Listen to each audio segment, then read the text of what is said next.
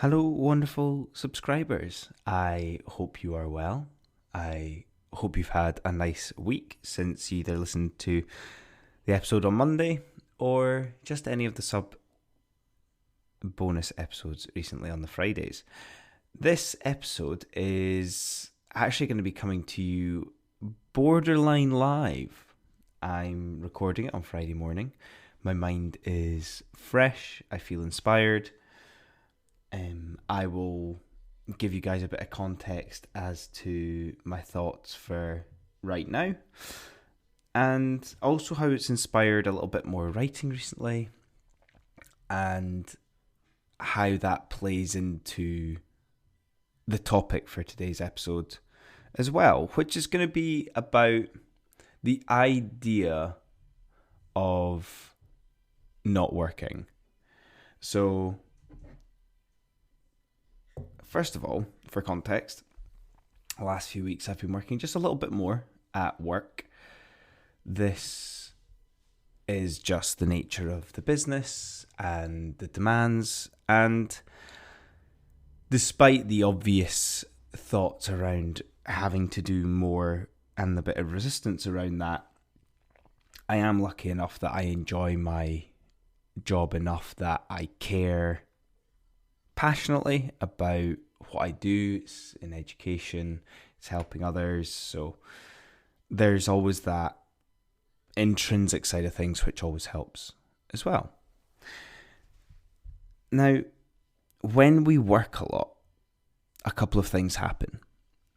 We get into the routine of working and we almost end up in autopilot. As we do that, we actually become really good at what we do without even realizing. So subconsciously, we become very aware of everything that is going on at work. We are able to do things much more smoothly without having to think too much about them. And this can be quite a dangerous place to be, dangerous territory, as you become quite reliable from others' perspectives. They trust you, they think that you're good, but the balance of rest completely swings back to work's favour. And without sufficient time off to rest, there's a great book on rest I have chatted about not recently, but in an episode before. I'm just looking at my bookshelf to see if I can find it, but it's a really, really good book, and it's the importance of balancing rest with work that allows us to work better.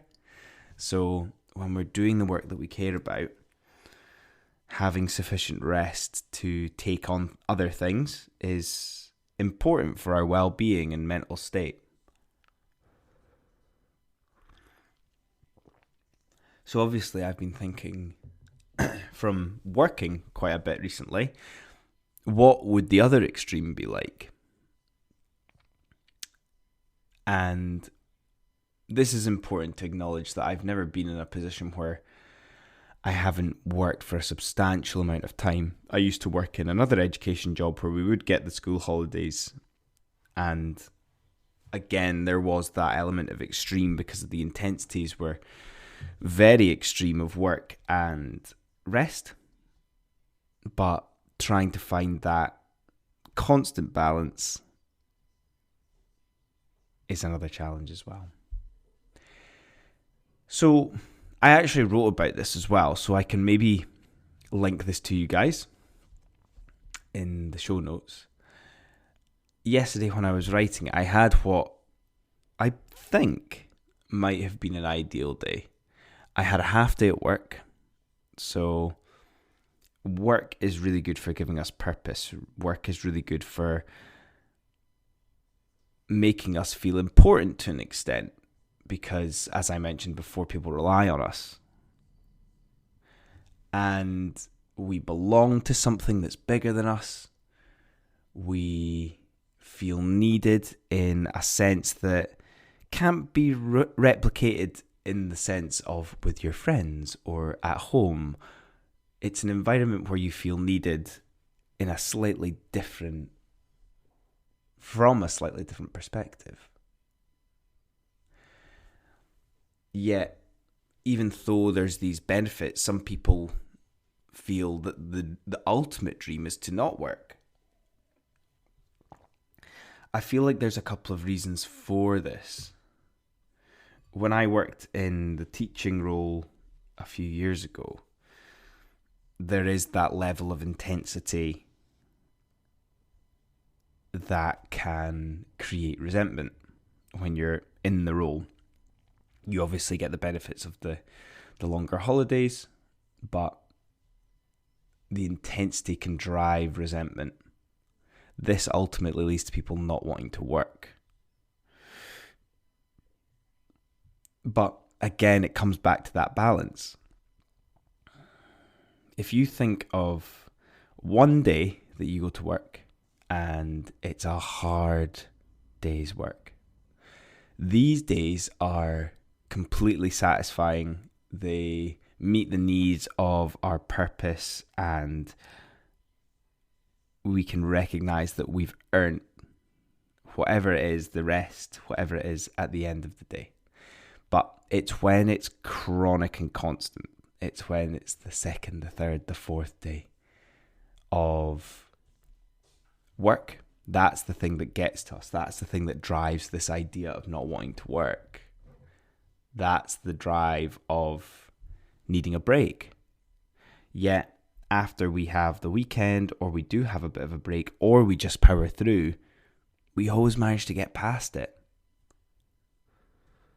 As humans, we're very good at building up resilience and perseverance, even fortitude, to find a way past that pain that is created.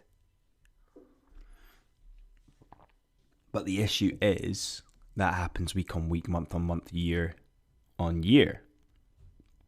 And this isn't sustainable. This is what maybe drives that resentment, that builds it up to something, maybe not wanting to work, but not knowing what we want. The elusiveness of not knowing what we want can be just as dangerous as feeling stuck, even though you're doing things that you think you want. Reflection in the moment is key here. We need to take time to breathe, to have space. As I mentioned, I had that half day. I could have used that half day to be really productive around my life admin, but it was really important for me to take that time to rest and recuperate. It doesn't need to be anything special, fancy, self-care routine stuff, but the time to just decompress is always so important when it comes to trying to find rest. I've read a little bit about sabbaticals over the last few months from various people, and it's been so insightful to hear their side of things. I read them and I sometimes think their jobs were way more intense than mine, so maybe it drove it a little bit more. But then that's almost harder to be able to switch off when you've been so intense. So the struggles with that are really profound as well.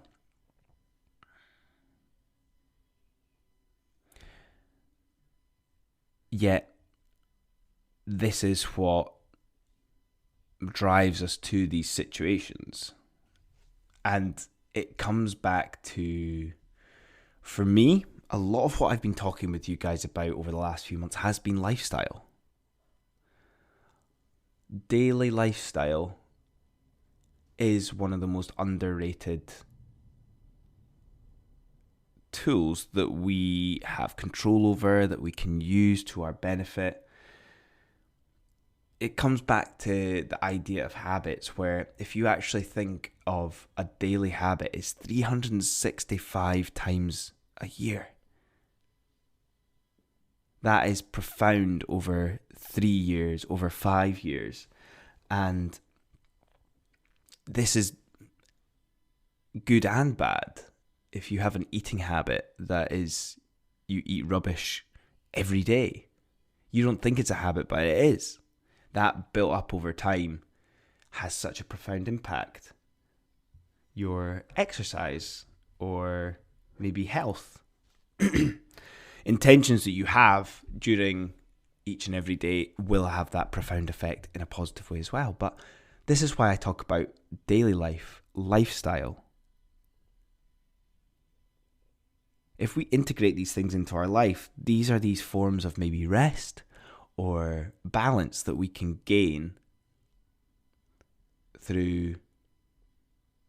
I'm focusing here on the non-working.